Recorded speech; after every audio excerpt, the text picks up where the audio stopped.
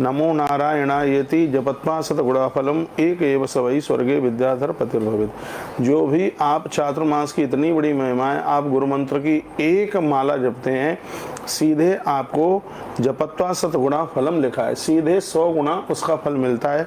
इसमें कोई संशय वाली बात नहीं है। अब देखिए चातुर्मास व्रत करने से क्या फल मिलता है। पुष्कर स्नान मात्रेण गंगायाम स्नानजम फलम भूमो भुक्ते सदा यस्तु स पृथ्वी भवेत्। यदि चातुर्मास में आप धरती पर सोते हैं तो आपको पुष्कर में नहाने का, गंगा स्नान करने का, प्रयाग में गंगा स्नान करने का फल आपको तत्काल प्राप्त हो जाता है। यह इतनी बड़ी महिमा है।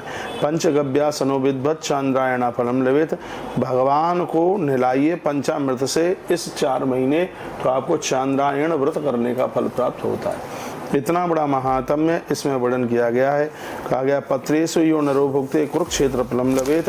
इस महीने में पलाश की पत्ते पर ही आप भोजन फलाहार जो भी कुछ लेते हैं तो आपको कुरुक्षेत्र में वास करने का फल प्राप्त होता है। चातुर्मास की इतनी बड़ी महिमा। व्रत तो बहुत है, लेकिन चातुर्मास के बराबर कौन सा व्रत होगा। भुक्ते शिलायाम यो नित्यम तस्य पुण्यम प्रयागजम 37 नंबर का श्लोक है और बड़ा अद्भुत है। इसमें वर्णन किया गया है, कहा गया है कि पत्तों पर भोजन करने वाला कुरुक्षेत्र में स्नान का फल प्राप्त कर लेता है, वहाँ रहने का फल प्राप्त कर लेता है। जो मनुष्य शिला पर बैठ करके भोजन करता है उसको प्रयाग जाने का फल तत्काल प्राप्त हो जाता है। शिला कहते हैं पत्थर, पत्थर पर बैठ करके भोजन करता है। 3 दिन तक जल नहीं पीने वाले को रोग नहीं होता।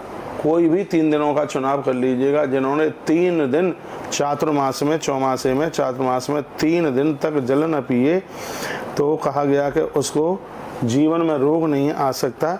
ऐसा 38 नंबर के श्लोक में लिखा है। दिनत्रय जलत्यागी न रोगई परिभूयते, स्पष्ट लिखा है।